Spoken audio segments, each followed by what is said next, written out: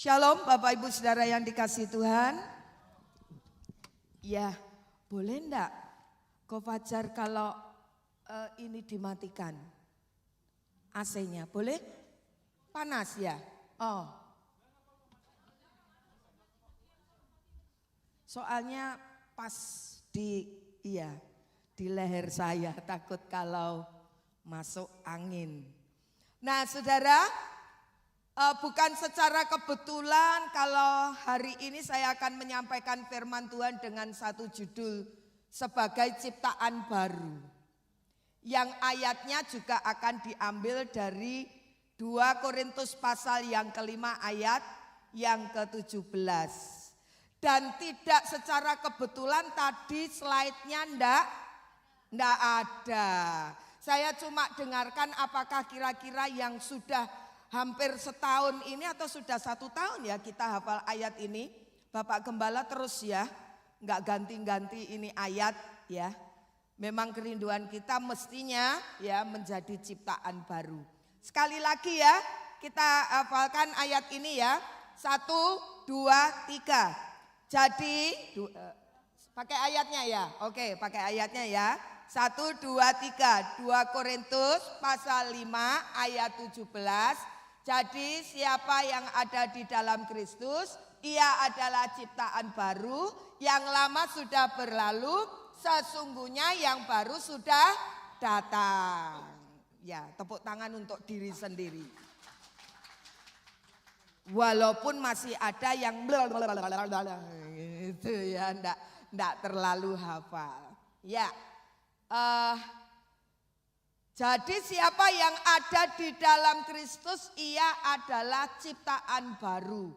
Yang lama sudah berlalu, sesungguhnya yang baru sudah datang. Saudara, sebagai orang Kristen yang benar, ya, sebagai orang Kristen yang benar, itu adalah orang yang bakal mengalami perubahan hidup ke arah yang baik. Sehingga akan menjadi seperti Kristus. Jadi orang Kristen yang benar itu harus mengalami perubahan hidup. Tentunya ke arah yang baik. Sehingga nantinya akan menjadi seperti Sang Penciptanya. Amin. Menjadi seperti Kristus. Dan perubahan itu tidak hanya sedikit, saudara. Tidak boleh kalau perubahan itu hanya sedikit. Tetapi perubahan itu harus secara total. Kalau cuma sedikit itu belum menjadi ciptaan baru. Roro kok sendiri Yuke kemana? Oh oke. Lagi jemput Faith. Oke. Nah saudara, sebagai ciptaan baru tidak boleh berubah kalau cuma sedikit saja, tetapi harus secara total. Kalau cuma sedikit saja, itu belum menjadi ciptaan yang baru. Nah saudaraku, saya tahu bahwa ini tidak gampang. Iya apa ya? Tidak gampang untuk menjadi ciptaan baru. Itu seringkali saya secara pribadi mengalami kegagalan rohani. Minggu lalu kan kita mendengarkan khotbah tentang kegagalan gitu ya. Gagal, termasuk gagal rohani. Gagal rohani itu adalah contohnya juga seperti ini. Jadi tidak ada pertumbuhan secara rohani, tidak bisa berubah menjadi ciptaan yang baru. Rasul Paulus itu juga mengakui yang demikian ini. Karena dia menuliskan dalam satu ayat yang tertulis di dalam Roma.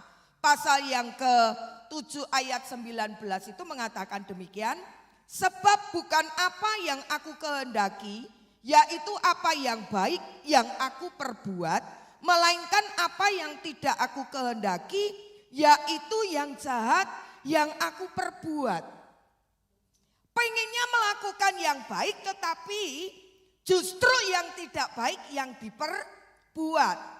Jadi untuk melakukan yang baik, terjadinya perubahan hidup menjadi ciptaan baru, itu tidak gampang. Rasul besar saja juga mengalami kegagalan di dalam kehidupannya.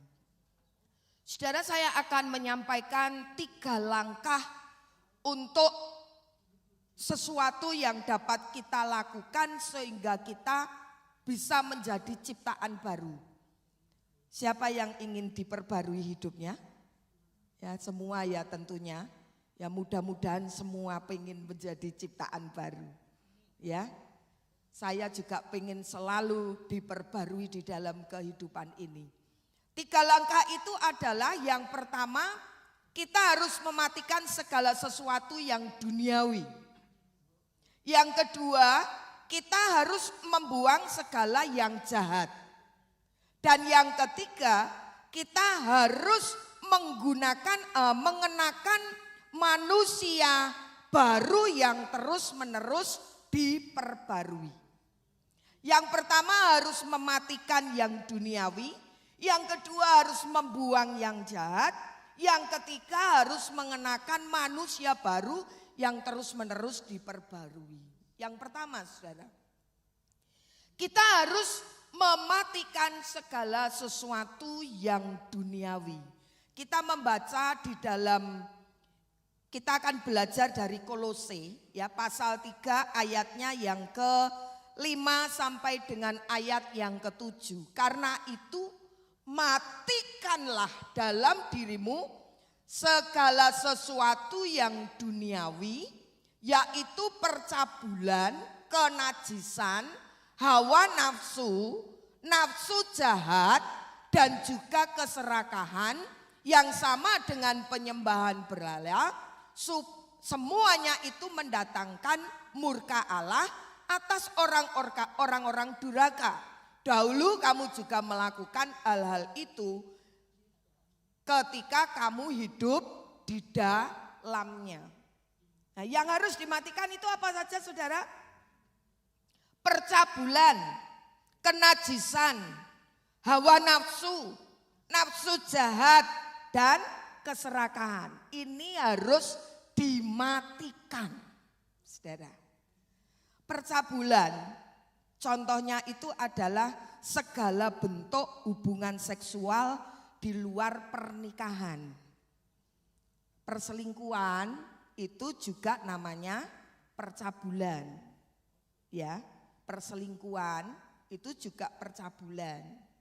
Lalu hubungan seksual di luar pernikahan itu juga namanya percabulan.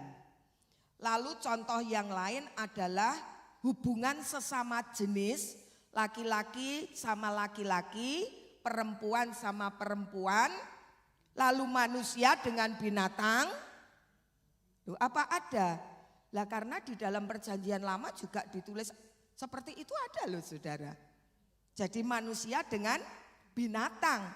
Nah, itu namanya juga namanya jenis-jenis percabulan. Lalu yang namanya kenajisan itu apa? Biasanya dilakukan dalam pikiran atau perkataan. Najis, tidak kelihatan loh. Kalau perzinahan kan dilakukan sama orang ya kelihatan orangnya, oh ini yang berzina gitu. Ya saudara, tapi kalau kenajisan sesuatu yang najis itu biasanya tidak nampak. Nah, kalau habis nonton film porno terus dipikirkan. Makanya firman Tuhan katakan kalau engkau melihat lawan jenis lalu timbul dalam hatimu, itu sudah disebut perzinahan. Oh, senang sama orang yang bukan pasangan kita. Jangan sampai itu terjadi di dalam kehidupan kita, itu namanya percabulan, saudara. Hawa nafsu yaitu keinginan kuat yang susah untuk dikendalikan, saudara. Namanya hawa nafsu, sesuatu keinginan yang kuat yang tidak mudah untuk dikendalikan. Lalu nafsu jahat itu lebih parah dari yang namanya hawa nafsu. Itu nafsu jahat. Lalu keserakahan, ya saudara, tidak mudah puas. Ya, kalau kita sampai tidak puas dengan yang namanya kekayaan yang kita punyai, berarti condong kepada yang namanya serakah. Kerja memang harus, tapi kita tidak boleh serakah dengan harta, dengan uang, dengan sesama hidup kita ini, manusia sesama manusia. Kita boleh tidak merasa puas, harus puas. Kalau enggak namanya serakah. Nah ini harus dimatikan saudara. Karena ini semua bakal menghambat pertumbuhan rohani kita sehingga kita tidak bisa menjadi ciptaan baru. Tuhan ingin percabulan, kenajisan, hawa nafsu, nafsu jahat dan keserakahan itu harus dimatikan. Kalau ada di antara kita yang mungkin masih ada melakukan hal-hal yang saya sampaikan, ya segera hentikan itu. Ya. Berapa kali kita dengar tentang film porno dan lain sebagainya. Ya, bacaan-bacaan porno yang tidak sepantasnya dilihat oleh anak-anak Tuhan. Ya, itu jangan dilakukan karena itu merupakan dosa percabulan di hadapan Tuhan. Harus dimatikan. Sekarang yang kedua, saudara.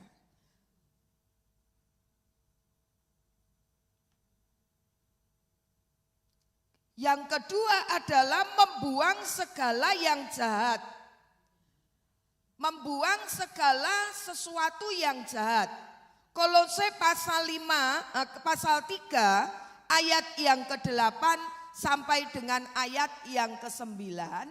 Tetapi sekarang buanglah semuanya ini, yaitu marah, geram, kejahatan, fitnah, dan kata-kata kotor yang keluar dari mulutmu. Janganlah lagi saling mendustai karena kamu telah menanggalkan manusia lama serta kelakuannya. Yang kedua harus dibuang, yang tadi dimatikan. Sekarang harus dibuang. Yang harus dibuang apa? Marah atau geram. Itu berarti emosi kita. Ya, marah. Yang bahasa Jawanya ngamuk. Ya.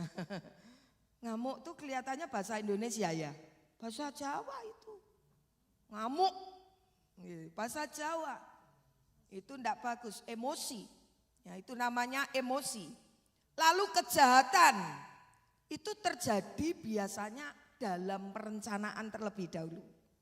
Makanya ketika kita tidur mestinya kita mohon supaya pikiran kita itu dibersihkan sehingga tidak muncul niat jahat di dalam kehidupan kita.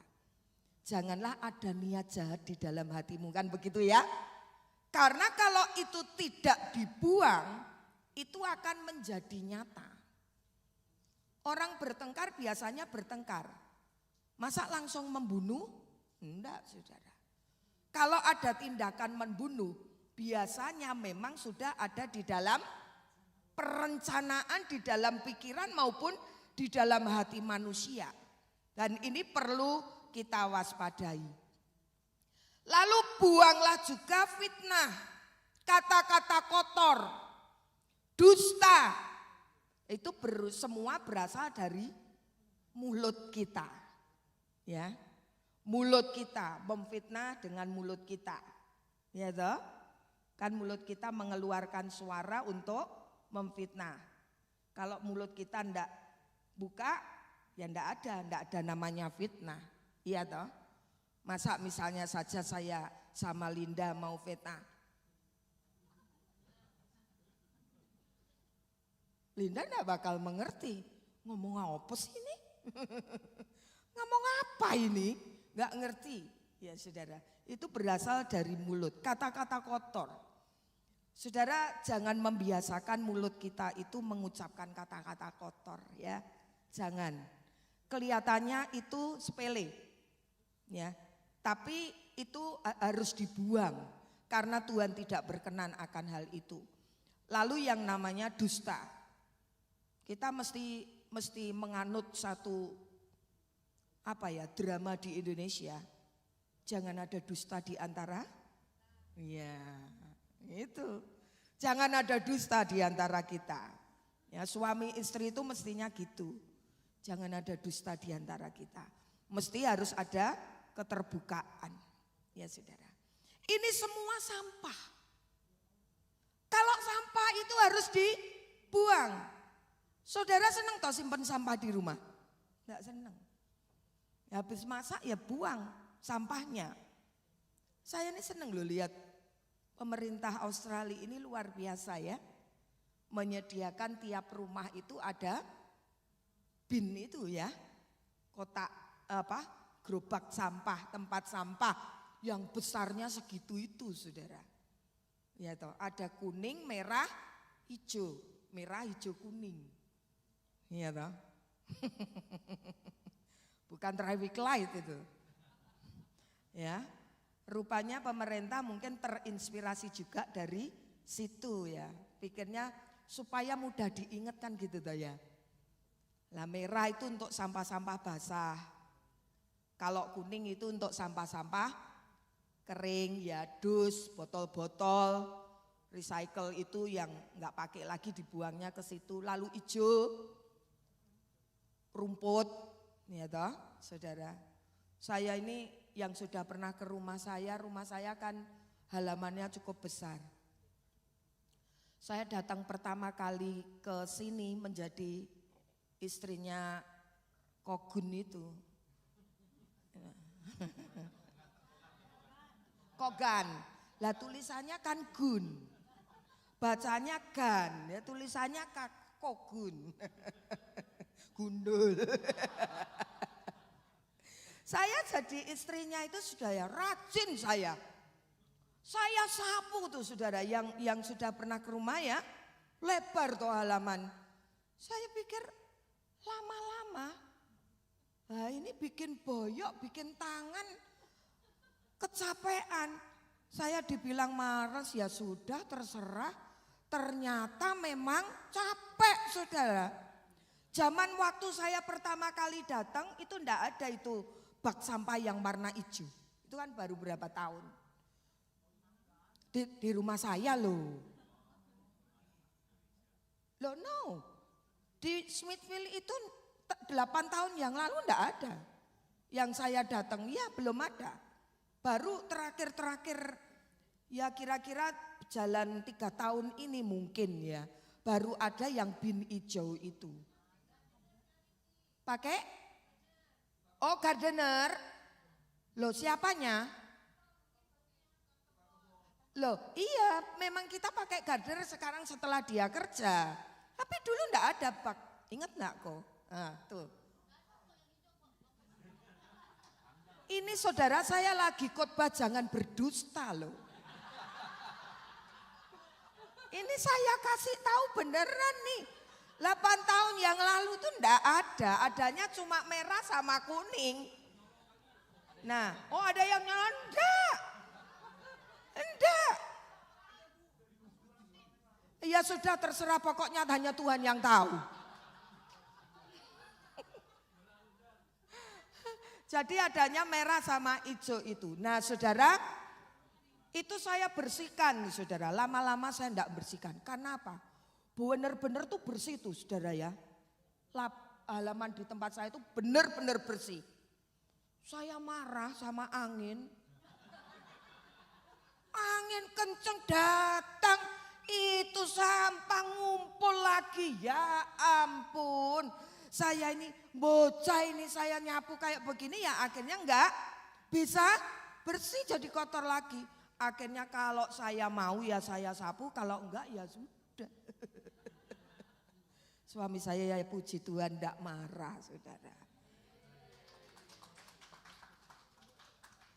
Bahasanya adalah alhamdulillah gitu saudara. Nah saudara coba perhatikan. Mengapa pada ayat yang ke-5 sampai 7 tadi dikatakan matikanlah. Dan pada ayat yang ke-8 dikatakan buanglah. Apa bedanya? Saya mendapatkan pengertian yang seperti ini saudara. Dari yang harus dimatikan. Dalam Kolose pasal 3 ayat 5 sampai dengan yang ke-7 harus dimatikan. Itu adalah jenis dosa yang sudah mengakar, saudara. Yang sudah mengakar kuat. Ini saya minta tolong hari-hari, tolong cari gambar yang kelihatan pohon, kelihatan akarnya, yang begitu mengakar kuat. Saudara bisa bayangkan kalau akar itu kuat ada di bawah tanah itu. Apa yang terjadi dalam pohon ini? Tidak mudah tumbang. Kokoh. Ya, kuat. Karena apa? Akarnya kuat. Saudaraku. Nah, dosa yang dimatikan itu harus dimatikan itu tadi. Itu seperti pohon yang punya akar yang kuat, susah sekali untuk dimatikan. Susah sekali untuk dibinasakan. Karena apa? Sudah mengakar. Sulit sekali untuk dimatikan. Nah, yang satunya adalah dibuang. Mengapa dibuang? Saudara, saya mendapatkan pengertian yang seperti ini bahwa yang harus dibuang itu adalah jenis-jenis dosa yang dari buah dari pohon ini. Ya, itu ada akar, ini ada buah. Sebenarnya yang harus dibuang ini adalah hasil dari yang sudah mengakar ini. Contohnya, saudara. Contohnya, jenis dosa yang harus dimatikan bisa dilakukan setiap hari. Misalnya, saudara bisa lihat, bukan saudara, maksud saya manusia bisa lihat film, blue film setiap hari. Benar? Ya, bisa dilakukan setiap hari. Benar? Benar. Bisa melakukan hubungan seksual setiap hari. Itu kan benar-benar kalau yang rakus benar itu mungkin bisa. Atau yang masih kuat-kuatnya. Ini saya tidak berbicara tentang yang jorok ya, karena ini kita sudah dewasa. Ya, bisa dilakukan setiap hari. Tetapi beda dengan dosa yang harus dibuang. Masa marah setiap hari? Ngerti maksudnya ya? Kalau dosa yang tadi harus dimatikan itu sudah mengakar. Sulit sekali untuk dihilangkan. Karena itu seperti sudah kecanduan. Ya. Serakah termasuk kecanduan. Tapi tidak setiap hari orang akan marah-marah. Tidak setiap hari orang akan memfitnah. Benar enggak? Tidak setiap hari orang itu akan berdusta. Kayaknya enggak. Tetapi yang dosa yang di atas tadi bisa dilakukan setiap hari. Makanya Tuhan katakan yang ini nih harus dimatikan. Karena sudah seperti mengakar. Sudah seperti kecanduan. Harus dimatikan. Saudara, saya katakan demikian bukan berarti dosa yang harus dibuang. Berarti kita bisa sepelekan, enggak. Sedangkan yang dimatikan harus mendapatkan perhatian secara khusus. Tidak. Dua-duanya harus kita waspadai. Baik dosa yang harus dimatikan maupun dosa yang harus dibuang, itu harus diwaspadai. Karena kalau tidak, dua-duanya ini akan bisa menghambat pertumbuhan rohani kita.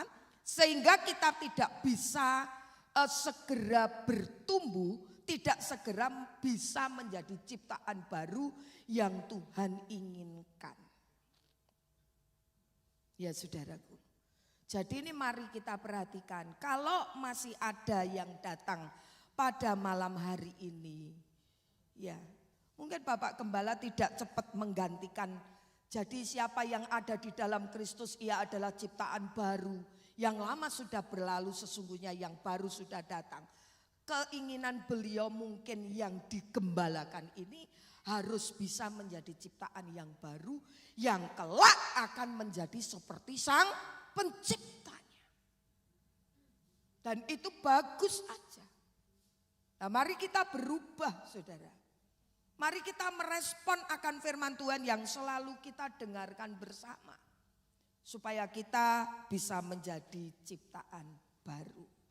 Yang ketiga, saudara, yang terakhir. Ini kayaknya saya khotbah paling cepat. Yang ketiga adalah mengenakan manusia baru yang terus-menerus diperbarui.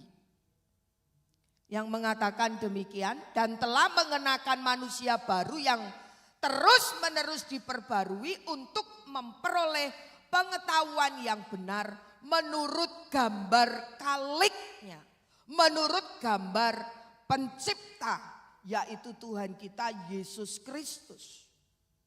Yang ketiga harus mau mengenakan, ya. Kita akan bisa menjadi ciptaan baru apabila kita mau mengenakan pakaian baru yang sudah diperbarui terus-menerus. Mengapa saya katakan kita harus mau? Karena ada yang tidak mau. Mengapa kok tidak mau? Karena pakaian lama itu enak, saudara. Perbuatan lama itu mengenakkan daging. Ini gambarannya ibu-ibu yang sudah senang daster tidur itu. Walaupun bolong sana sini ya tetap dipakai karena enak. Adem. Ya Pak ya, ada yang punya pengalaman begitu. Kok enggak dibuang sini, sudah lubang sana sini. Lah ini enak loh, apalagi kalau summer ya. Iya toh, ya coba kalau sekarang pakai yang bolong-bolong tipis ya kita jadi ya toh kedinginan. Ini sudah on the way ke mana? Ke winter kan begitu. Kalau summer it's okay kita pakai yang lubang-lubang itu ya. Tapi enak loh ya saudara. Benar apa benar ya? Benar.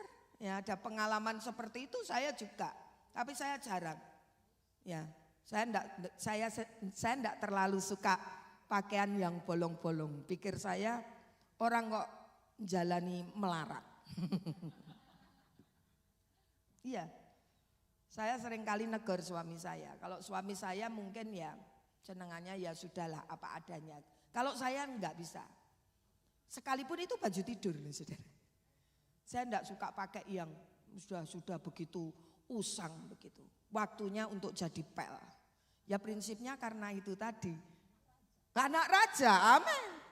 Ngapain jalanin hidup melarat? Ya, kita diberkati Tuhan. Tapi ya enggak apa-apa, itu bukan enggak mempengaruhi kerajaan sorga sih. Ya.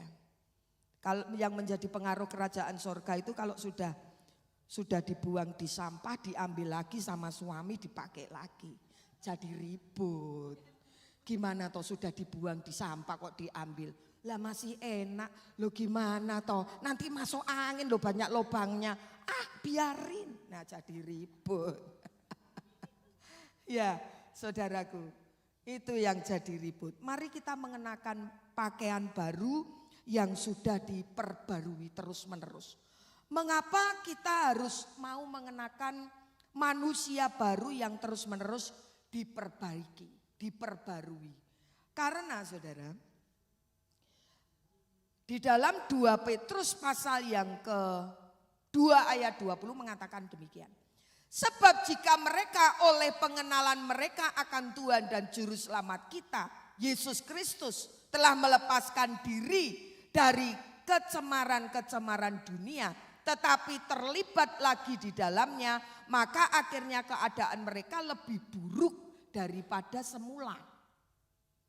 Jadi kita harus terus-menerus mengenakan manusia baru yang sudah diperbarui itu harus dipakai supaya apa? Memungkinkan kita untuk tidak kembali kepada sesuatu yang sudah lama dibuang semestinya itu. Kita tidak akan, supaya tidak terjadi yang lebih buruk lagi. Makanya yang lama harus dibuang, dimatikan, lalu mengenakan yang baru. Kalau kita pakai yang baru kan menjadi enak, jadi tidak ada kemungkinan untuk terjadi hal yang buruk. Maunya seperti itu saudara. Jadi jangan suka yang lama walaupun Walaupun seperti perumpamaan yang saya sampaikan tadi, memang kadang-kadang lama itu enak, baju lama. Tapi itu justru tidak baik tentunya kalau kita akan terus-menerus mengenakannya, saudara. Supaya tidak lebih buruk lagi terjadi yang seperti semula, mari kita menanggalkan atau membuang, harus memakai yang baru.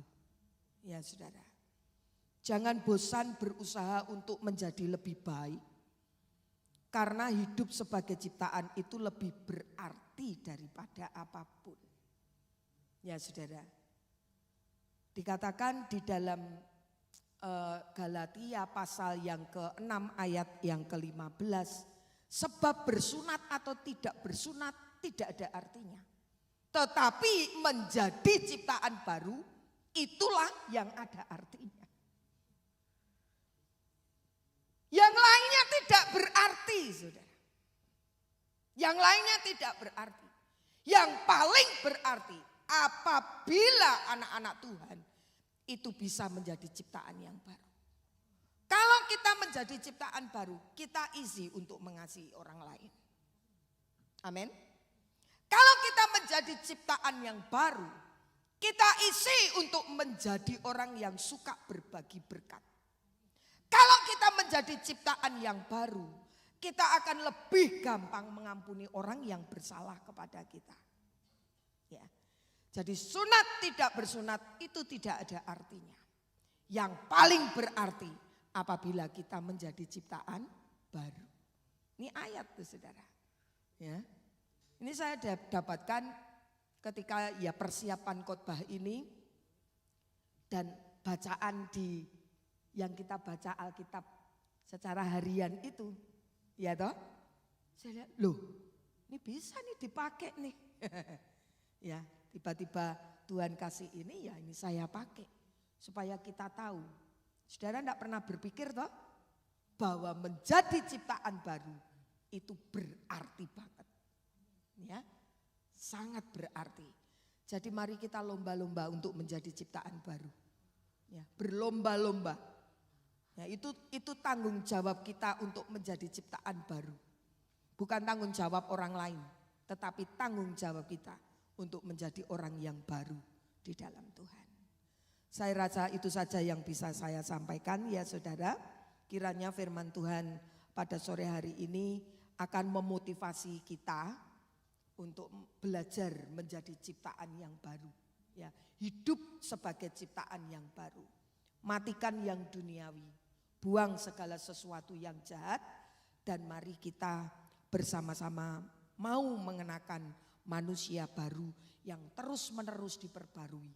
Jangan berhenti untuk diperbarui, tapi terus-menerus kita harus diperbarui supaya kita menjadi berkenan di hati Tuhan. Amin.